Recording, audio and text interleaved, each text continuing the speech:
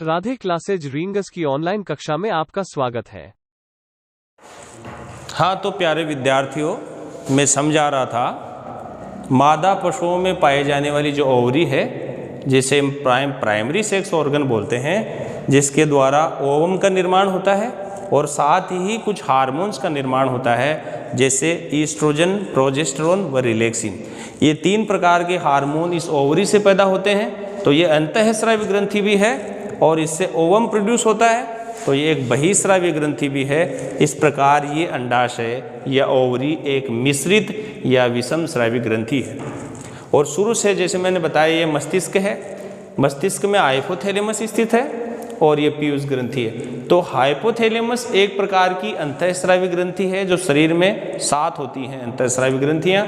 इनमें से ये तंत्रिका तंत्र और अंतःस्रावी तंत्र के बीच की योजक कड़ी है। जैसे आप यहाँ देख रहे हैं, ये तंत्रिका तंत्र का भाग है, केंद्रीय तंत्रिका तंत्र का, ये अंतःस्रावी तंत्र का भाग है।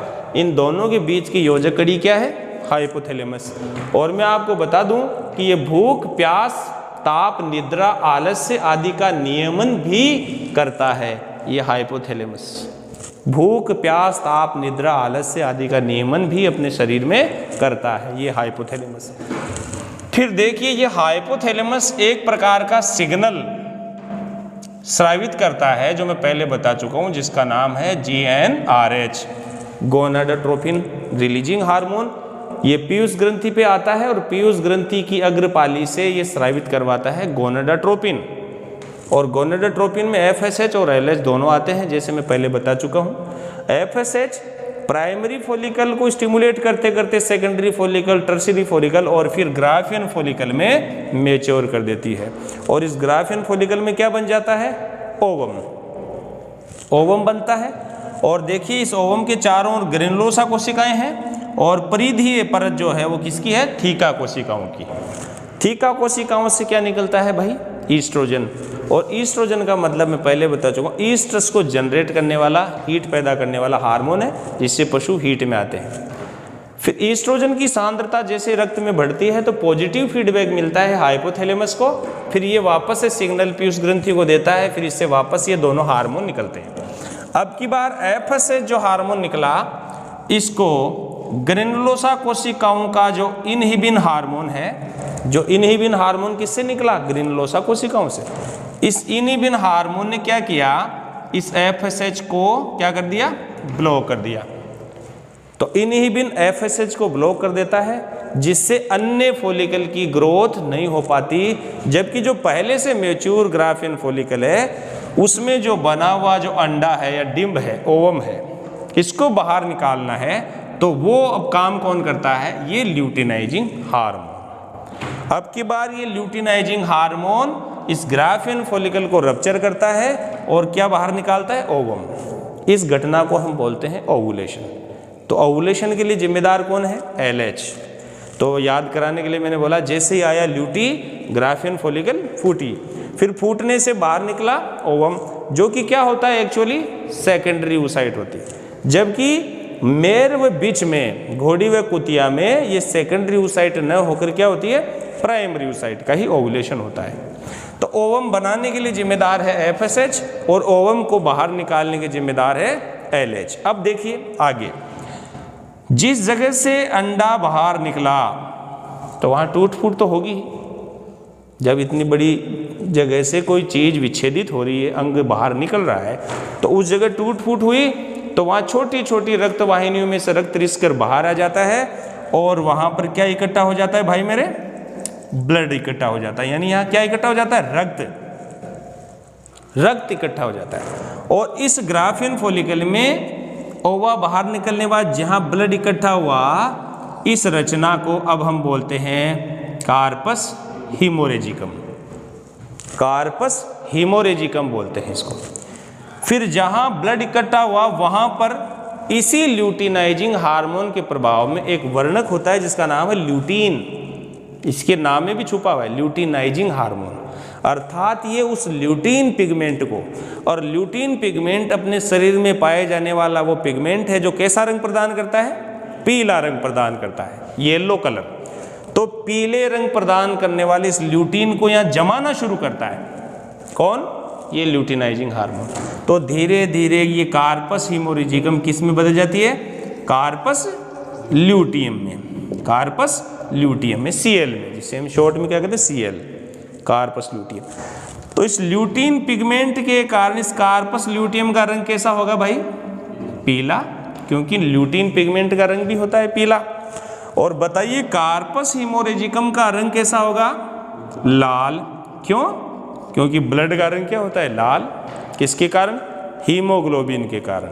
रक्त का रंग लाल हीमोग्लोबिन के कारण होता है और कार्पस ल्यूटियम का पीला रंग ल्यूटीन पिगमेंट के कारण होता है। तो आपसे सवाल पूछ लिया जाए, मादा पशुओं की ओवरी पर विद्यमान पीले रंग की गांठ या संरचना क्या कहलाती है?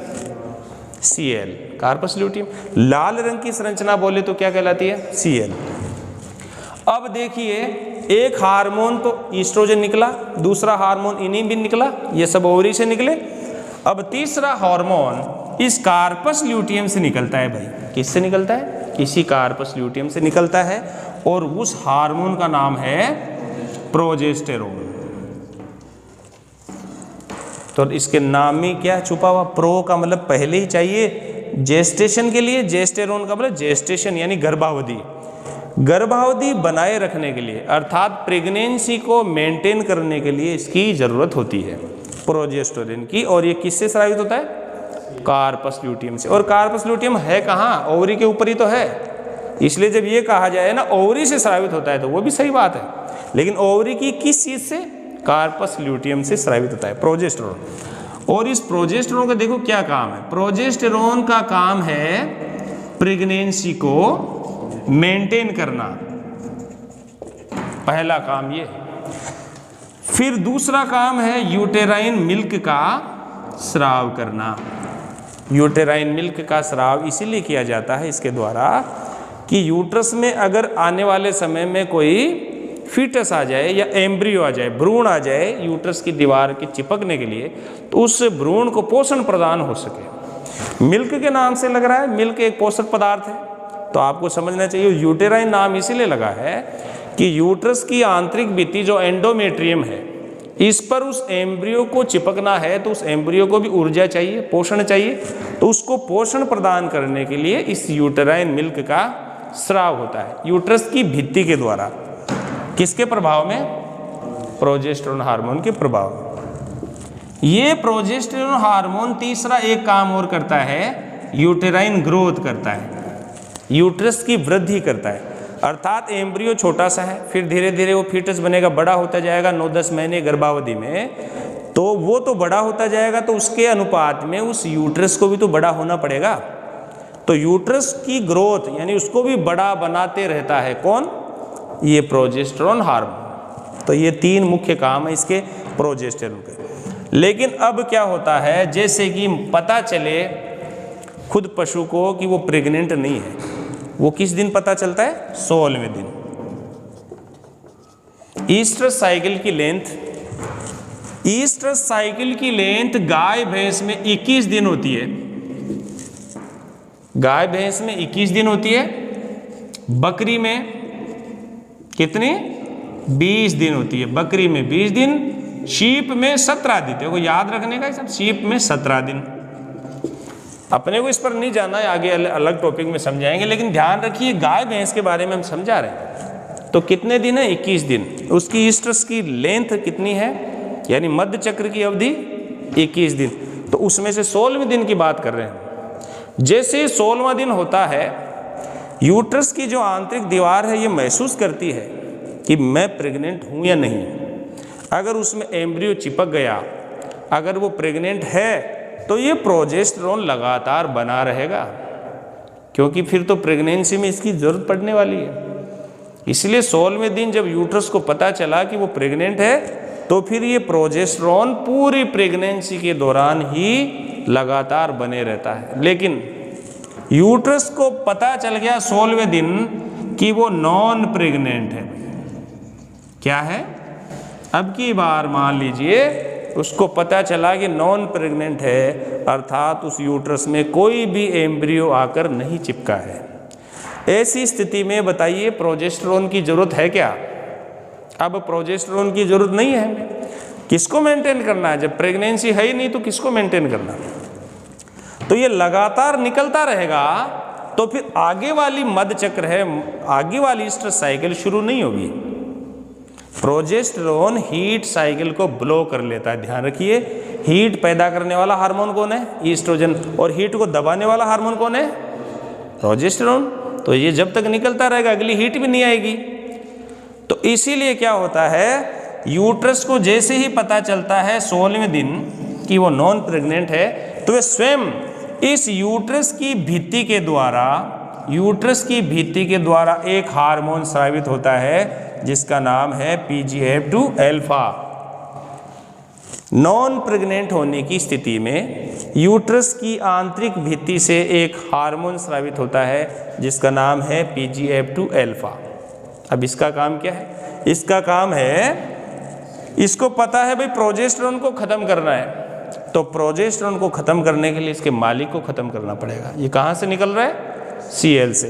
तो इसकी Cl का मर्डर करना है भाई। यहाँ पर ये Cl का मर्डर करने वाला हार्मोन है, अर्थात इसको हम ये कह सकते हैं ये Cl को रिग्रेस करने वाला, घिसने वाला, मारने वाला हार्मोन है। PGF2 अल्फा इस कार्पस ल्यूटियम को रिग्रेस करता है, अर्थात इसको नष्ट करता है। जब कार्पस ल्यूटियम ही नष्ट हो जाएगा तो प्रोजेस्टेरोन का निर्माण स्वतः ही बंद हो जाएगा। अब बताइए, PGF2 अल्फा के कारण किस हार्मोन का लेवल कम हुआ? प्रोजेस्टेरोन का। जैसे ही प्रोजेस्टेरोन हार्मोन का लेवल कम होता है मेरे भाई, जैसे इधर ईस्ट्रोजन का लेवल बढ़ रहा था तो पॉजिटिव फीडबैक गया, वैसे ही उसका उल्टा इधर प्रोजेस्टेरोन की सांद्रता कम होती जाती है तो कैसा फीडबैक जाता है? पॉजिटिव। पुनः पॉजिटिव फीडबैक जाता है। तो ये भी कभी कभी सवाल आता है एग्जाम में कि पॉजिटिव फीडबैक देने वाले हार्मोन्स कौन कौन से हैं? 2 हैं। कौन कौन से? ईस्ट्रोजन और प्रोजेस्टेरोन। लेकिन दोनों अलग अलग तरीके से फीडबैक देते हैं। ये अपनी मात्रा को बढ़ाकर, यानी ईस्ट्रोजन की अधिक सांद्रता पॉजिटिव फीडबैक देती है और प्रोजेस्टेरोन की निम्न सांद्रता पॉजिटिव फीडबैक देती है। किसको? हाइपोथैलेमस को। तो हाइपोथैलेमस को तो जैसे ही फीडबैक दिया ये टूट पड़ता है, इसको तो वही सिग्नल है, वो अपना सिग्नल GNHRH फिर से रिलीज करता है। फिर GNHRH वही पीयूष ग्रंथि को स्टिमुलेट करके इसकी अग्रपाली से कौन सा हार्मोन निकलवाता है? गोनाडोट्रोपिन, जो कि वो दोनों हार्मोन है, एक नहीं। FSH आया तो सबसे पहले काम किसका शुरू होता है? FSH का। वही ओवरी पर दूसरी अब की बार, क्योंकि वो तो हो गया काम, ऐसे खूब सारी प्राइमरी फॉलिकल्स हैं ओवरी पे, कोई दूसरी प्राइमरी फॉलिकल का वो SH अगली साइकिल में डेवलपमेंट करता रहेगा, यानी उसे स्टिमुलेट करते करते पुनः वही ग्राफियन फॉलिकल बना देगा जिसमें अंदर अंडा बन जाएगा। फिर वही थीका कोशिकाओं से ईस्ट्रोजन निकला, पशु हीट में आया, फिर ज़्यादा सांद्रता होते पॉजिटिव फीडबैक गया। फिर ये LH के कारण, क्योंकि FS तो ब्लॉक हो गया इनहिबिन के कारण पुनः, फिर LH के कारण फिर से ओवुलेशन हुआ।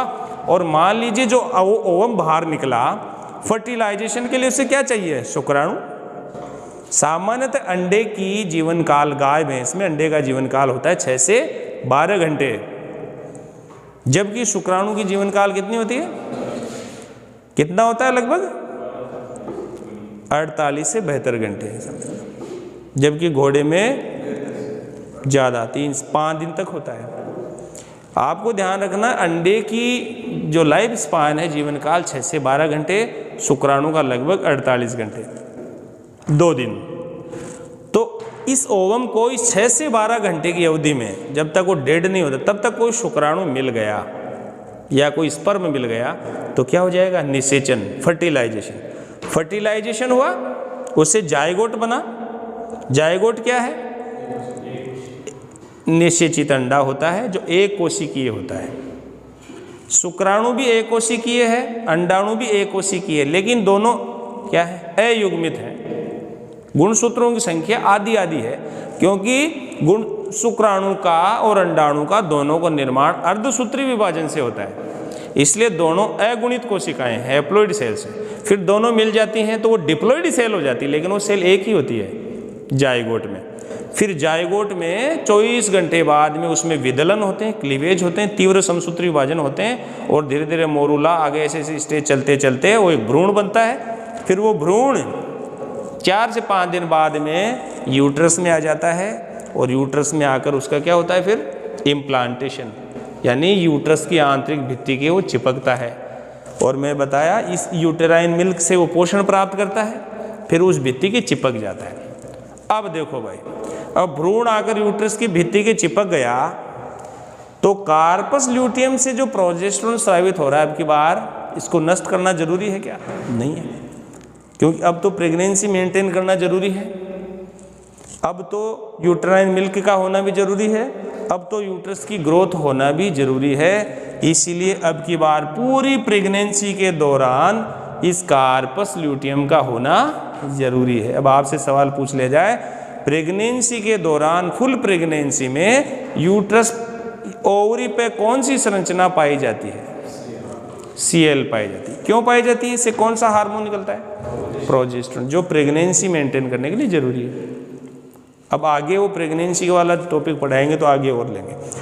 अब मैं कह रहा था कि जब नॉन प्रेग्नेंट की स्थिति हो PGF2 अल्फा निकलता है, ये रिग्रेस करता है कार्पस ल्यूटियम को, यानी घिसता है, इसको मारता है। तो ये घिसता घिसता एक छोटी सी चावल के दाने जैसा एक रेमिनेंट अवशेष के रूप में रह जाता है, क्योंकि हम किसी भी चीज़ को घिसते जाएंगे तो एक अवशेष या निशान तो रहना है। तो एक निशान यानी एक अवशेष के रूप में रह जाता है चावल के दाने जैसा, और जिसका रंग कैसा होता है? सफ़ेद। और इसी चावल के दाने जैसी संरचना को, जो कि एक प्रकार से रिग्रेस्ड कार्पस ल्यूटियम है, यानी ऐसा कार्पस ल्यूटियम जिसका पूर्ण रिग्रेशन हो गया है, किसके प्रभाव में? PGF2 अल्फा के प्रभाव। तो इस चावल के दाने जैसी संरचना को हम बोलते हैं कार्पस एल्बिकेंस। तो कार्पस के नाम से यहाँ 3 चीजें होंगी, कार्पस हेमोरेजिकम जिसका रंग हीमोग्लोबिन के कारण लाल, कार्पस ल्यूटियम ल्यूटीन पिगमेंट के कारण जिसका रंग पीला, और फिर कार्पस एल्बिकेंस जिसका रंग कैसा? सफेद। तो इस तरह से आपको पूछ लिया जाए, ओ मादा पशुओं की ओवरी पर पाए जाने वाली लाल रंग की संरचना का नाम क्या है? तो कार्पस हेमोरेजिकम। पीले रंग की संरचना का नाम क्या है? Corpus luteum. चावल के दाने जैसी सफेद संरचना का नाम क्या है? Corpus albicans. या कार्पस ल्यूटियम पूर्ण रिग्रेशन होने के बाद क्या निशान बनाता है? Corpus albicans. पूछा जाए कार्पस ल्यूटियम का रिग्रेस करने वाला हार्मोन कौन है? तो PGF2 अल्फा। PGF2 अल्फा कहाँ से स्रावित होता है? यूट्रस से। तो बताइए, यूट्रस भी एक विषम स्रावी ग्रंथि हो गई। यूट्रस से ये हार्मोन निकलता है तो ये अंतःस्रावी ग्रंथि हो गई। यूट्रस से यूटेराइन मिल्क भी निकलता है तो ये बहिस्रावी ग्रंथि हो गई। तो इस प्रकार यूट्रस क्या हो गई? एक विषम स्रावी या मिश्रित ग्रंथि हो गई। तो ये यूट्रस आ गया। इसको पता कब चलता है? लगभग 16वें दिन कि मैं प्रेग्नेंट हूं या नहीं हूं। कार्पस ल्यूटियम से, ये पिछले ही 2018 की भर्ती में सवाल आया था, कार्पस ल्यूटियम से ये प्रोजेस्टेरोन हार्मोन कहां से स्रावित होता है? कार्पस ल्यूटियम से। प्रेगनेंसी को मेंटेन करने वाला हार्मोन कौन है? तो अभी याद रखना चाहिए, प्रोजेस्टेरोन। यूटेराइन मिल्क के स्राव को पैदा करने वाला हार्मोन कौन है? Progesterone hormone. तो बहुत सारे जवाब हैं। फिर आ जाए ओवम बनाने वाला, फॉर्मेशन ऑफ ओवा, ओवा बनाने वाला हार्मोन कौन है? FSH। और ओवा निकलने वाला हार्मोन कौन है? LH। या ग्राफिन फॉलिकल को रप्चर करने वाला हार्मोन कौन है? LH। सवाल आ जाए, मेर व बीच में जब ओवुलेशन होता है तो कौन सी संरचना निकलती है? Primary oocyte। बाकी पशुओं में सेकेंडरी oocyte। बताइए, FSH को ब्लॉक करने वाला इनहिबिन हार्मोन किन कोशिकाओं से निकलता है? ग्रेनुलोसा कोशिकाओं से। ईस्ट्रोजन जो पशुओं में हीट के लिए जिम्मेदार है वो कौन सी कोशिकाओं से निकलता है? और ये दोनों ही कोशिकाएं किस में पाई जाती हैं? ग्राफिन फॉलिकल में। इसके बाद में पूछ लिया जाए FSH LH है क्या? ये गोनाडोट्रोफिन है। किससे निकलते हैं? पीयूष ग्रंथि की अग्रपाली से। और मैं बता रहा हूँ, पीयूष ग्रंथि की अग्रपाली से कौन कौन निकलते हैं ना? कौन कौन निकलते हैं? गोपाल जाट। फिर भूलना नहीं है आपको, ये गोपाल जाट याद रखना है। कितने हार्मोन्स हैं? गोनाडोट्रोफिन, पाल से prolactin, growth hormone, adrenocorticotrophic hormone, thyrotropic hormone. तो ये 5 हार्मोन मुख्य हो गए आपके पीयूष ग्रंथि की अग्रपाली से, जबकि पश्चपाली से निकलते हैं वैसोप्रेसिन और ऑक्सीटोसिन। ये हम अंतःस्रावी ग्रंथियों का टॉपिक अलग से लेंगे, तब उस समय पढ़ाएंगे। और पीयूष ग्रंथि के बारे में 4 रोचक तथ्य जो सवालों में बार बार आते हैं, चारों मई से शुरुआत हो रही है, आपको याद रखना है। पीयूष ग्रंथि एक मास्टर ग्रंथि है, पीयूष ग्रंथि मस्तिष्क में स्थित होती है। आ जाते हैं सवाल, पीयूष ग्रंथि स्थित होती है श्वास नली के दोनों ओर, मस्तिष्क में, वृक्क के ऊपर या वक्ष गुहा में, तो जवाब क्या होगा? मस्तिष्क में। आकृति कैसी है? मटर के दाने जैसी, इसलिए बहुत छोटी है। इसलिए सवाल आ जाए सबसे महीन, सबसे छोटी अंतःस्रावी ग्रंथि कौन है? पीयूष ग्रंथि है। इसको कंट्रोल कौन करता है? हाइपोथैलेमस। हाइपोथैलेमस भी एक अंतःस्रावी ग्रंथि ही है, मगर ये तंत्रिका तंत्र व अंतःस्रावी तंत्र के बीच की योजक कड़ी मानी गई है। और इसके बारे में आपको ये भी याद रखना है कि हाइपोथैलेमस भूख, प्यास यानी हंगर, थ्रस्ट वगैरह, टेम्परेचर, निद्रा, आलस्य आदि का नियमन भी ये शरीर में करने वाली ग्रंथि है, जिसे हम कहते हैं हाइपोथैलेमस। ब्रेन में एक संरचना होती है थैलेमस, उसके ठीक नीचे स्थित होता है, इसलिए इसको बोलते हैं हाइपोथैलेमस। हाइपो का अर्थ होता है मेडिकल डिक्शनरी के अनुसार नीचे, एपी का मतलब ऊपर, हाइपो का मतलब नीचे, तो थैलेमस से नीचे स्थित होने के कारण इसे हम बोलते हैं हाइपोथैलेमस। तो इस प्रकार इस ओवरी की जो गतिविधि है, क्रियाविधि है, मैंने आपको समझाया। इसमें 2 प्रकार के फीडबैक हार्मोन्स हैं, और ओवरी से निकलने वाले ईस्ट्रोजन, प्रोजेस्टेरोन, इनिबिन, 3 आपके सामने दिख रहे हैं। एक हार्मोन और निकलता है जिसे हम कहते हैं रिलैक्सिन, और वो रिलैक्सिन हार्मोन प्लेसेंटा से भी निकलता है। ईस्ट्रोजन हार्मोन भी, प्रोजेस्टेरोन हार्मोन भी, ये दोनों भी प्लेसेंटा से निकलते हैं प्रेगनेंसी के दौरान। इसलिए प्लेसेंटा भी मादा पशुओं में पाई जाने वाली एक अंतःस्रावी ग्रंथि है, लेकिन वो अस्थायी है, वो सिर्फ प्रेगनेंसी के दौरान होती है। तो इस प्रकार ओवरी से निकलने वाले हार्मोन्स होंगे ईस्ट्रोजन, इनिबिन, प्रोजेस्टेरोन और रिलैक्सिन। रिलैक्सिन नाम से ही लग रहा है आपको कि किसी न किसी चीज को ये रिलैक्स करती है, ढीला करती है। पार्चुरेशन के समय, प्रसव के समय अर्थात डिलीवरी के ठीक पहले, जब भाई अब पार्चुरेशन या प्रसव होना है, उस समय ओवरी द्वारा भी निकलता है और प्लेसेंटा के द्वारा भी निकलता है। और ये वाला हार्मोन सैक्रोशियाटिक लिगामेंट है, जिसे हम पशुओं के केस में पुट्ठा टूटना कहते हैं। प्रसव से ठीक पहले पुट्ठा टूटना, तो पुट्ठा जब तक नहीं टूटता तो उसको पार्चुरेशन में बहुत दिक्कत आती है। तो पार्चुरेशन को आसान बनाने के लिए, उस प्रसूति को, प्रसव को आसान बनाने के लिए ये हार्मोन 2 जगह से निकलता है, एक ओवरी से और दूसरा प्लेसेंटा से। फिर वो सैक्रोशियाटिक लिगामेंट जो अपना यहाँ पुट्ठे में पाया जाता है उसको रिलैक्स करता है, और ताकि आसानी से प्रसूति हो सके, प्रसव आसानी से हो सके, इसके लिए। प्लेसेंटा के बारे में बाद में बात करेंगे जब प्लेसेंटा का टॉपिक आएगा। तब तक के लिए धन्यवाद।